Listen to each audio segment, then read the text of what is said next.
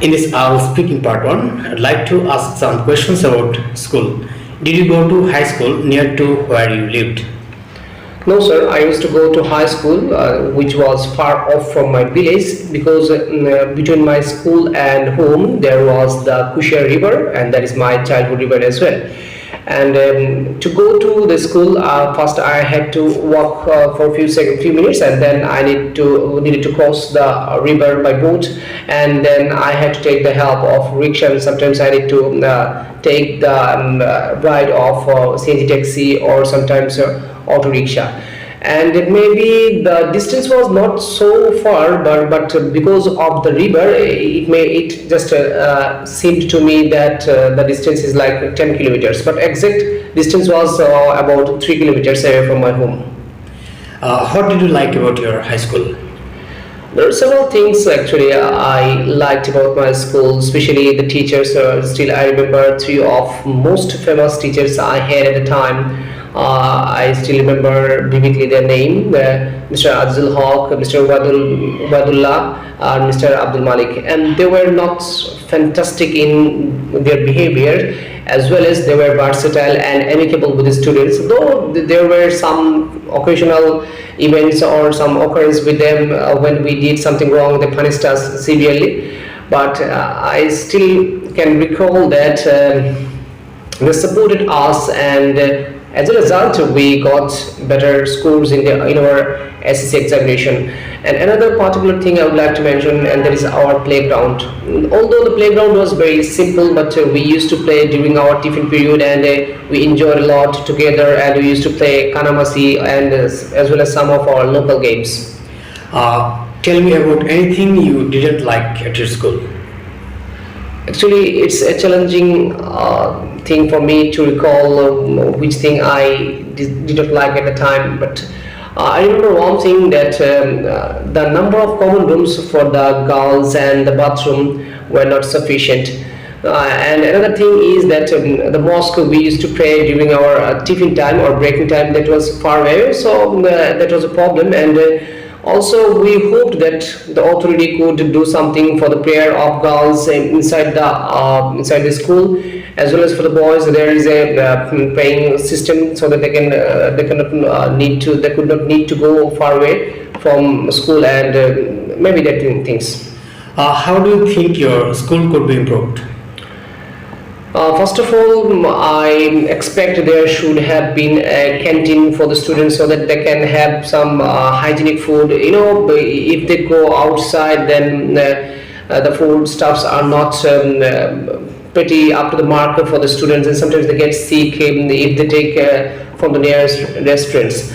And the foods, if the canteens contain, then those foods should be cheaper if possible, because majority of the students are not coming from the richer families, and sometimes they cannot afford them. So this is one of the things that I expect for the improvement. Another thing is I still remember the painting of the walls faded away, so if they do something for that, it will be very decorative for the viewers as well as for the students. And this is the end of part one. Alright, could you start speaking now, please? Thank you, sir, for such a topic. Since my childhood, I am not a type of ambitious person. I am always satisfied with the things that I have. But there is something particularly I long for to have in the future, and that is a smartwatch. I saw that type of watch the first time maybe 2 or 3 years back on the hand of one of my friends, Mr. Onik. And there are some reasons behind this, why suddenly I just tried to like this kind of watch. First of all, it allows to set alarm at the morning time. Sometimes I am too much late to wake up, and I need to go to my office in the due time. So this kind of feature can help me to wake up early in the morning, and also it counts the distance that I pass when I'm walking. Also, it counts the beat rates of human heart. And another particular thing is, sometimes I like to listen to music, and these functions also allow me to make any playlist if I want to. And most importantly, if I have this kind of watch, it will also let me to make phone calls, which is very rare in the ordinary wristwatch. And so far, I know for by searching or surfing the internet, I came to know that the price ranges from 200 to 500 US dollar, but I'm not sure about that. Might be close to that.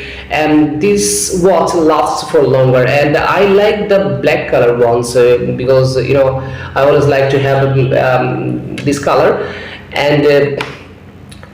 I think that if I can wear this watch, it will just make my hand looks better, and I'll feel more comfortable, and it will be supporting me to watch the time and do my scheduled activities on the right time. So I feel that I should have that in the future. And thank you. And this is the end of part 2.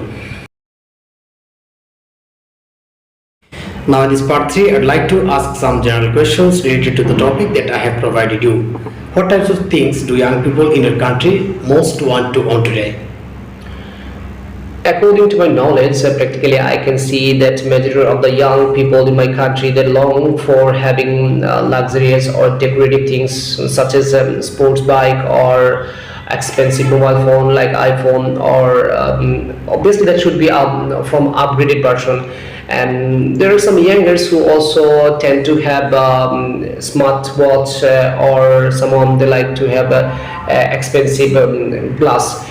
Also, there are some youngers who just feel to have expensive outfit like Easy Brand or Aron or something like that. How do some people feel they need to own things? Actually, it's not about the people. I'm also included in the list because whenever I own something, I feel that I have a social status around me, and the people, especially in my neighborhood, they will be respecting me, or they will be counting me in other way. And first of all, it's a quite different feeling when somebody is owning something. He or she thinks that it's a kind of support or backup. For instance, if I have something expensive or something that can be very valuable for the future, if I have a home, then it is kind of a support for me, and also it is providing me shelter. Or if I have something to show other people, then it will make me somehow different from the ordinary people. So I think that it's a kind of show off or a social status. Do you think that owning lots of things makes people happy? Actually, it is quite difficult to make the measurement because the contentment or happiness of people varies according to the individuals. There are some people who are always happy with the things they have around them. For example, 3 times meal and clothes. I mean, all the fundamental needs that need to survive. But there are some people who need more than they have or they need. For instance, there are some people who can live their life without any air condition, refrigerator, or an expensive television, but they always wish to have these type of things. So I think that, according to my opinion, I think that it's not necessary to have a lot of things to be happy, because I have seen a lot of people around me. They have all the things, and even they have more than they need or desire, but they are still not happy, and they want something more. Do you think television and films can make people want to get new possessions, and how do they have this effect? I think that yes, televisions and films can persuade people to buy new possessions, and because these two tools are highly powerful in this contemporary world of modern globalization, and they are making different kind of shows, programs, and dramas in such a way that people are always getting attracted to this kind of different kind of commodities or accessories or gadgets, and they're representing this kind of utensils to the people in such a way that everybody think that they must need them. And in this case, advertisement is working as the key factor, because advertisement plays such a role that people feel if something is not in their hand, or if there is shortage of something, then advertisements elude the people by attracting in a different ways, and finally people feel to buy this kind of products. Are there any benefits to society of people wanting to get new possessions, and why do you think this is? So can you repeat the question, please? Are there any benefits to society of people waiting to get new positions? Why do you think this is? I'm in two minds right now about this situation because it has a 50-50 chances to be positive or negative. If I talk about the positive sides, that one particular group of people will be highly benefited for this consumerism. For example, the people who are related to business, they will be able to make higher profit. And on the other hand, if we talk about the lower classes of people, they will be negatively affected because there will be might be a discrimination and a wrong message will be created for the next generation, and they will also follow the trend of the older people. If the older generation always like to have more things or like to own new positions, then the younger people or the younger generation will not be contented with limited amount of things. So I think it has both positive and negative outcomes. Do you think people will consider that having lots of positions is a sign of success in the future? As far as it is concerned about the future, it is quite difficult for making the prediction. But I think maybe in the future people may consider having a lot of positions means having a higher status or it's a kind of success.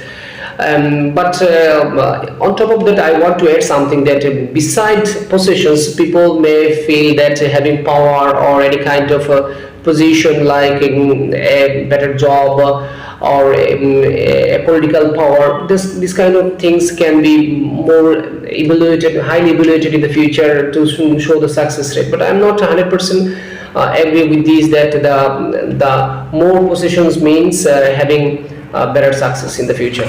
Thank you very much, and this is the end of your speaking test.